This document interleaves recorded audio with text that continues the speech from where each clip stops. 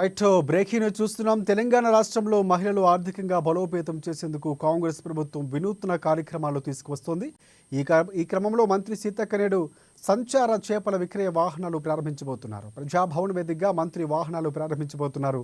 తొలి విడతలో 25 వాహనాలు లబ్ధిదారులకు అందజేయనున్నారు మంత్రి సీతక్క. ఇందిరా మహిళా శక్తి కార్యక్రమం కింద సెర్చ్ ద్వారా స్వయం సహాయక బృందాలకు సంచార చేపల విక్రయ వాహనాలు అందజేయబోతున్నారు సీతక్క.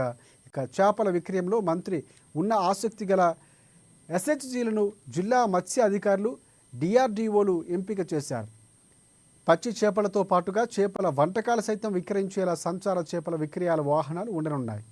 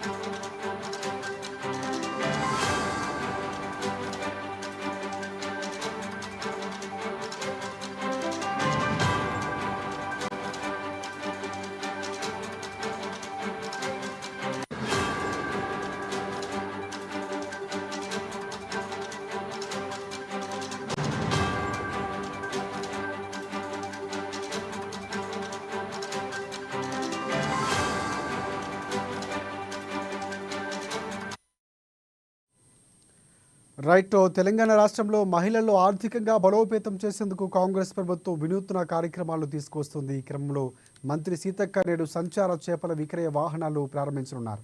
ప్రజాభవన్ వేదికగా మంత్రి వాహనాలు ప్రారంభిస్తారు. తొలి విడతలో 25 వాహనాలు లబ్ధిదారులకు అందజేయనున్నారు మంత్రి సీతక్క.